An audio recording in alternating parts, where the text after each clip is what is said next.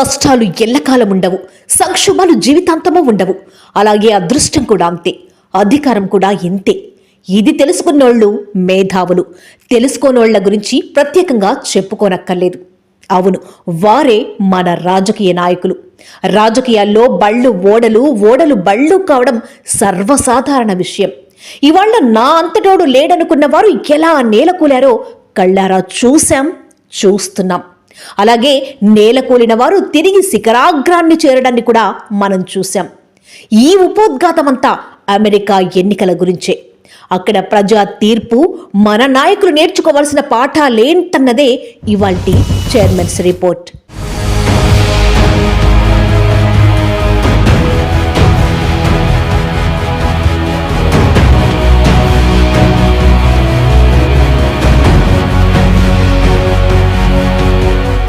America ఎన్నికల పాఠం ద్వారా మనోళ్లు ఏం తెలుసుకోవాలన్నది కీలకమైన అంశం.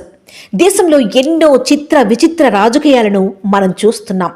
మరీ ముఖ్యంగా తెలుగు రాష్ట్రాల్లోనూ జరుగుతున్న రాజకీయాన్ని మనం చూస్తున్నాం. ఎన్నికల్లో గెలుపోటములు సహజం. కొన్నిసార్లు గెలుస్తారు, కొన్నిసార్లు ఓడతారు. కానీ ఓటమి తర్వాత గెలుపు కోసం కొందరు చేసే ప్రయత్నాలు అనితర సాధ్యంగా ఉంటాయి. అమెరికా అధ్యక్షుడిగా తాజా ఎన్నికల్లో గెలిచిన డొనాల్డ్ ట్రంప్ గురించి మనం ఇప్పుడు చర్చించుకోవాల్సి ఉంటుంది. ఆయన ఎలా గెలిచాడో కూడా మాట్లాడుకోవాల్సి ఉంటుంది. డొనాల్డ్ ట్రంప్ 2016లో అధ్యక్ష ఎన్నికల్లో గెలిచిన తర్వాత సాగించిన విధ్వంసం, విలాసాలు, చిద్విలాసాలు, ఉల్లంఘనలు, చట్ట వ్యతిరేక కార్యక్రమాలు అన్నీ ఇన్ని కావు. అమెరికా అధ్యక్షుడిగా ఉండి మాట్లాడకూడనివి ఎన్ని మాట్లాడాడో చూశాం. నోటి వాచలత్వంతో ఎలా పేట్రేగిపోయాడో కూడా చూశాం. ఇంతలోనే హెచ్చరికలు, అంతలోనే దువ్వడం.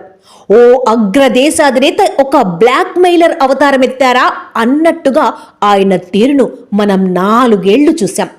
అమెరికా అధ్యక్షుడి హోదాలో ఇంతకంటే అనుభవించాల్సింది ఇంకేం లేదన్నట్లుగా ఆయన అన్ని విధాలుగా అధికారాన్ని పూర్తి స్థాయిలో దుర్వినియోగం చేశారన్న విమర్శ ఉంది. ఆస్తులు సంపాదించుకున్నారు, పేరు ప్రఖ్యాతలు సంపాదించుకున్నారు, కుటుంబ సభ్యులకు కీలక పదవులు కట్టబెట్టారు. తన సంస్థలో పనిచేసే ఉద్యోగులకు కనీస వేతనాలు ఇవ్వకుండా వారిని ఎండబెట్టిన ట్రంప్ ప్రభుత్వం ద్వారా, బడా కార్పొరేట్ల ద్వారా తన సొంత కంపెనీలకు ఉదారంగా బెనిఫిట్స్ పొందారు. ఒక్కటేంటి, ప్రపంచవ్యాప్తంగా ఉన్న తన ఆస్తులను పెంచుకునేందుకు చేయాల్సిందంతా చేశారు. కానీ ఎన్నికల్లో ఓడిపోయిన తర్వాత ఆయన అభిశంసనకు గురయ్యారు. అరెస్టు వరకు ఆయన పరిస్థితి వెళ్ళింది. మొన్నటి వరకు ఆ కత్తి ఆయనపై వేలాడుతూనే వచ్చింది. ఇప్పటికీ ఆయనపై కేసుల కత్తి వేలాడుతూనే ఉంది. కానీ అమెరికాలో కేసులను మాఫీ చేయగల శక్తి ఒక్క అధ్యక్షుడికి మాత్రమే ఉంది. గతంలోనూ తనపై నేరాభియోగాలను ఆయన తీసేసుకున్నారు. తాజాగా ఇప్పుడు మరోసారి ఆయన అధ్యక్షుడిగా ఎన్నికయ్యారు. తనపై ఉన్న కేసులను ఎత్తివేసేందుకు ఆయన ఒక్క క్షణం కూడా ఆలోచించరు.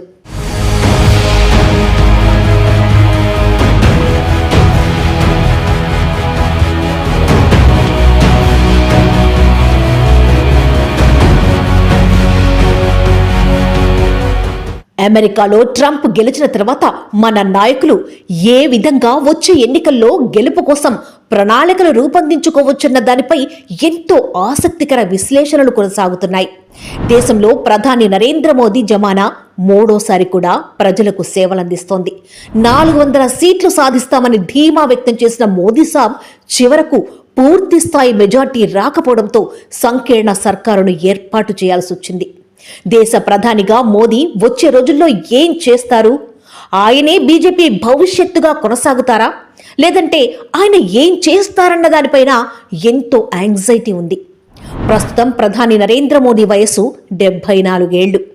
బీజేపీలో 75 ఏళ్లు నిండిన వారంతా ప్రత్యక్ష రాజకీయాల నుంచి తప్పుకుని మార్గదర్శక బోర్డుకు నేతృత్వం వహించడాన్ని ఆనవాయితీగా చూస్తూ వచ్చాం.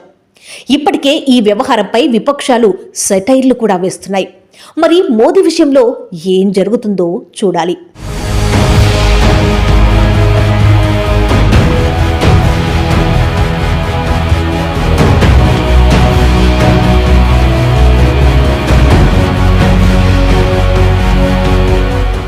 మరీ ముఖ్యంగా ఆంధ్ర తెలంగాణలో పాలకులు మారారు, పాలన మారింది. అయితే 2 సార్లు వరుసగా అధికార పీఠాన్ని అందుకున్న కేసీఆర్ మూడవసారి విజయం సాధించడంలో ఓటమి పాలయ్యారు.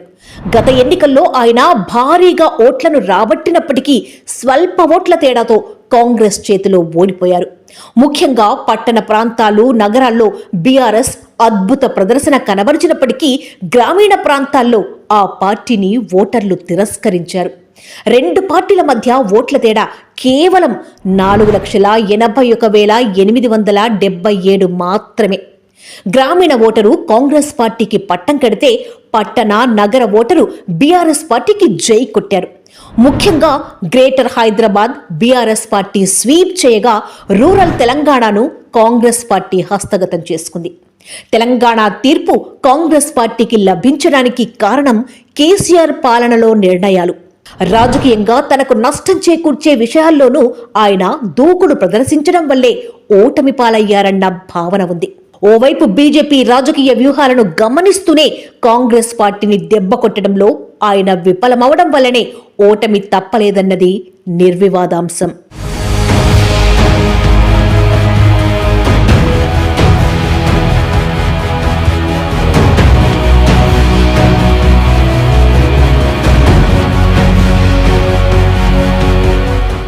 మొత్తంగా కేసీఆర్ ప్రజలకు తక్కువేం చేయలేదు, రైతులకేం తక్కువ చేయలేదు, సంక్షేమ పథకాలకు తక్కువ చేయలేదు. కానీ కొన్ని అనూహ్య పథకాల ప్రకటనతో ఆయన ఇబ్బందులు ఎదుర్కొన్నారు.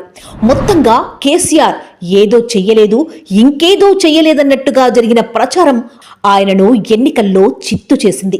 మొత్తంగా కేసీఆర్ గెలుపోటముల మధ్య అధికారానికి దూరం అవగా ఆ మొత్తం పరిణామాలను కాంగ్రెస్ పార్టీ తనకనుకూలంగా మలుచుకుంది. వచ్చే ఎన్నికల్లో మరోసారి తెలంగాణలో అధికారాన్ని దక్కించుకోవాలని చూస్తున్న కేసీఆర్ ఆయనకు రైట్, లెఫ్ట్ హ్యాండ్స్ అయిన హరీష్ రావు, కేటీఆర్తో దూకుడు పెంచించారు. అంతేకాదు ప్రభుత్వంతో నేరుగా కొట్లాడేలా వారిద్దరినీ కథన రంగంలోకి దించారు. ఏం జరిగితే ఏమవుతుంది, ఏమైనా మనకేంటి అన్న భావనలో ఆ ఇద్దరు నేతలు ప్రభుత్వంపై నిప్పులు చెరుగుతున్నారు. ఓవైపు సీఎం రేవంత్ రెడ్డి దూకుడు, మరోవైపు ఇద్దరు బీఆర్ఎస్ నేతల అడుగులు. మొత్తంగా రాజకీయ ముఖ చిత్రాన్ని మార్చేలా తెలంగాణ పొలిటికల్ పిక్చర్ ముందు ముందు ఉగ్ర రూపం దాల్చబోతోందనడానికి ఇది ట్రయల్ వర్షన్లా కనిపిస్తోంది.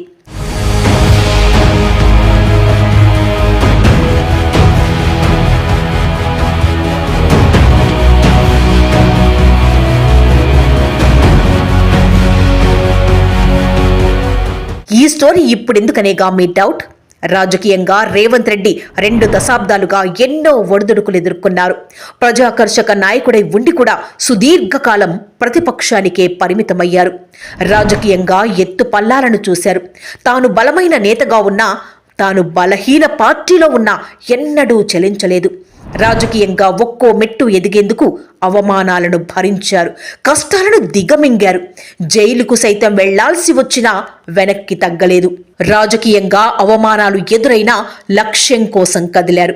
రేవంత్ అడుగులు వాస్తవానికి అత్యంత క్లిష్టమైనవి.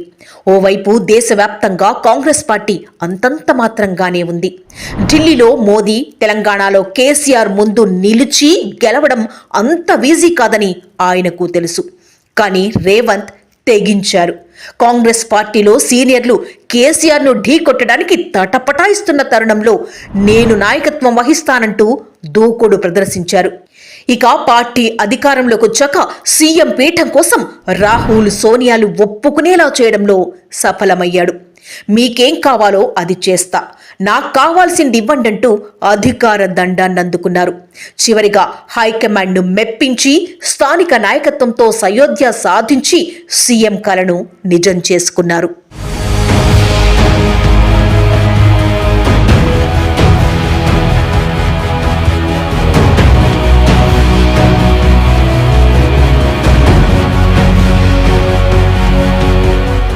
రాజకీయాల్లో ఎప్పుడు ఎలాంటి ట్విస్టులుంటాయో చెప్పలేం.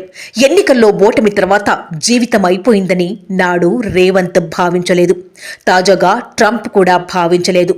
తనను తిరిగి అధ్యక్ష అభ్యర్థిగా ప్రకటించేలా చేసేందుకు రిపబ్లికన్ పార్టీపై ఒత్తిడి తెచ్చాడు ట్రంప్. సొంత ఇమేజ్ తగ్గలేదని నిరూపించాడు. ఎన్నికల్లో పోటీ చెయ్యకుండా ఉండాలంటే తన అప్పులన్నీ తీర్చండంటూ గడుసుగా సొంత పార్టీ నేతలతోనే బేరం పెట్టిన ఘటికుడు ట్రంప్. అటు సొంత పార్టీతోనూ ఇటు బిజినెస్ వర్గాలతోనూ గంటల కొద్దీ చర్చలు సాగించాడు. ఓవైపు డెమోక్రాట్ల పాలనతో విసిగిపోయిన అమెరికన్లకు ట్రంప్ ఒక టార్చ్ బేరర్లా కనిపించాడు. ఆర్థిక సుడిగుండంలో చిక్కుకున్న అమెరికన్లకు ఒక ఆశాదీపమయ్యాడు. అందుకే ట్రంప్ రంగంలోకి దిగుతానని ప్రకటించిన వెంటనే అమెరికన్లకు హుషారొచ్చింది. ధరల పెరుగుదల, నిరుద్యోగంతో సతమతమవుతున్న అమెరికన్లకు ట్రంప్ ఒక ఆశాదీపమయ్యాడు. సమస్యలు సుడిగుండంలా వచ్చినప్పుడు చిన్న చేంజ్ కూడా కలిసొస్తుందని భావించే సామాన్య జనం సైకాలజీని ట్రంప్ తనకు అనుకూలంగా మలుచుకున్నాడు. ఎన్నికల్లో గెలవాలంటే తమకు ఒక ట్రంప్ కార్డు కావాలని రిపబ్లికన్లు భావించారు. అది ట్రంప్తో మాత్రమే సాధ్యమని భావించారు. అందుకే ఎన్నికల్లో ట్రంప్ను బరిలోకి దించి వెనక గేమ్ ఆడారు.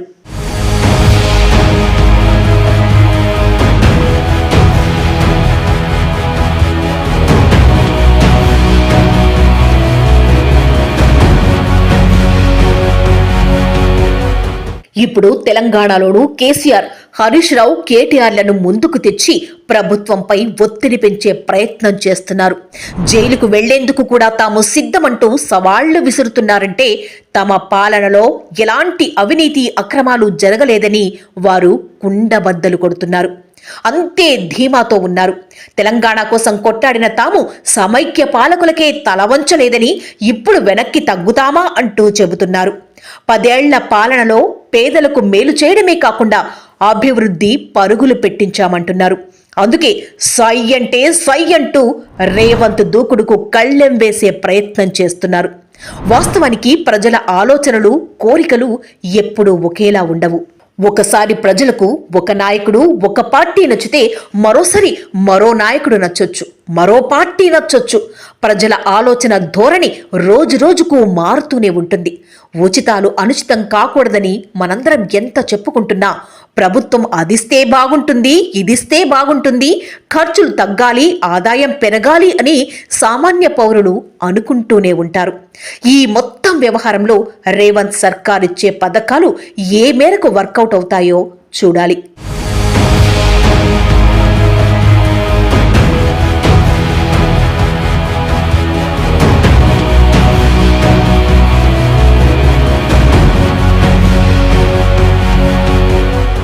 ఇక ఏపీ విషయాన్నే చూద్దాం. ఏపీలో గత ఎన్నికల్లో ప్రజలు అడిగింది, అడగనిది కూడా ఇస్తామని కూటమి నేతలు ఘంటా బజాయించి మరీ చెప్పారు. ఇక జగన్మోహన్ రెడ్డి గురించి వేరే చెప్పాల్సిందేముంది?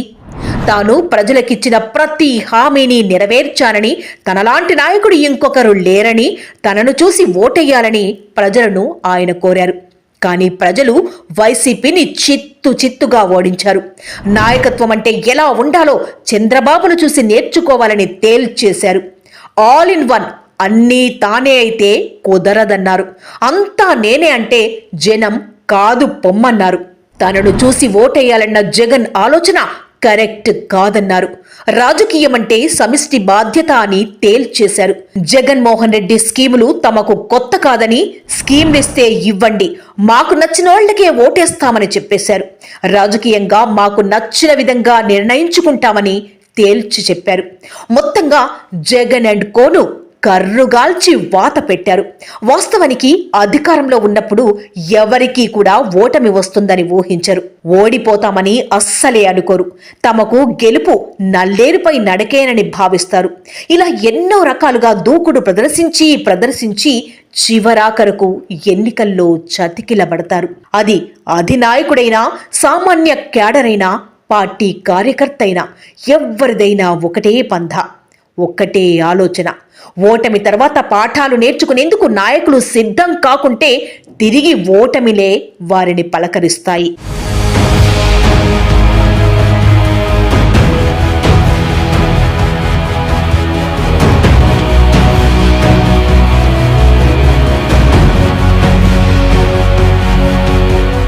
వాస్తవానికి 2014 ఎన్నికల్లో ఓటమి తర్వాత జగన్మోహన్ రెడ్డి, కుంగిపోలేదు. నేరుగా ప్రజల్లోకి వెళ్ళాడు.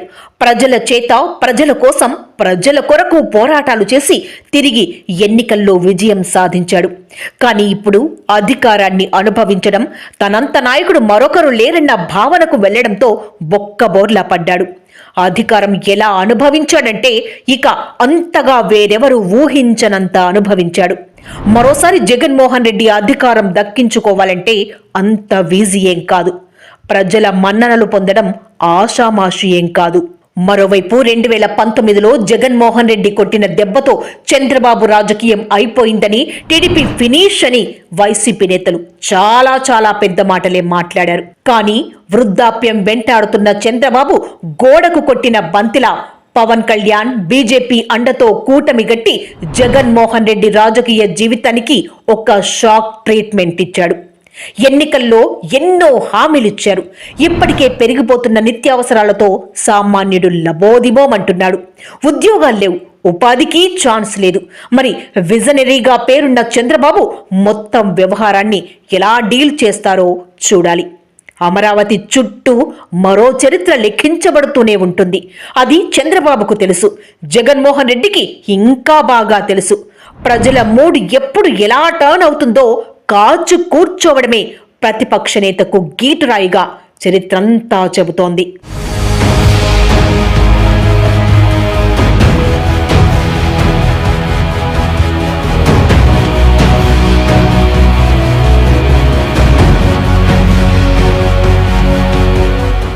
ఇక మళ్ళీ మోదీ విషయానికే వద్దాం.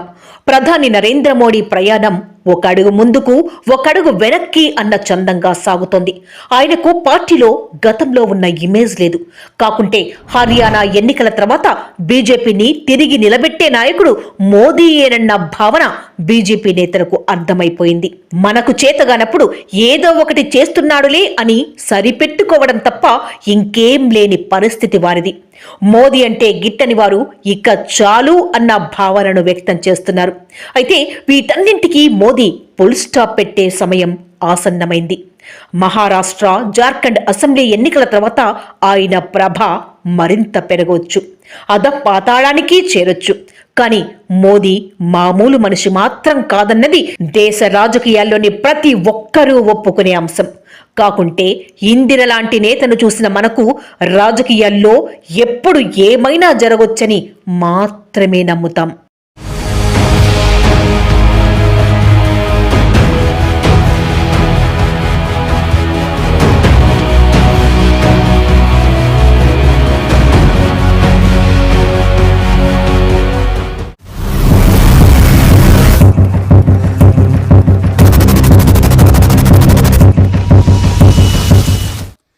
కేసీఆర్ నువ్వు 2 సార్లు రైతు బంధు ఇస్తున్నావు, 3 సార్లు ఇవ్వాలి అన్నాడు ఈ మొగోడు.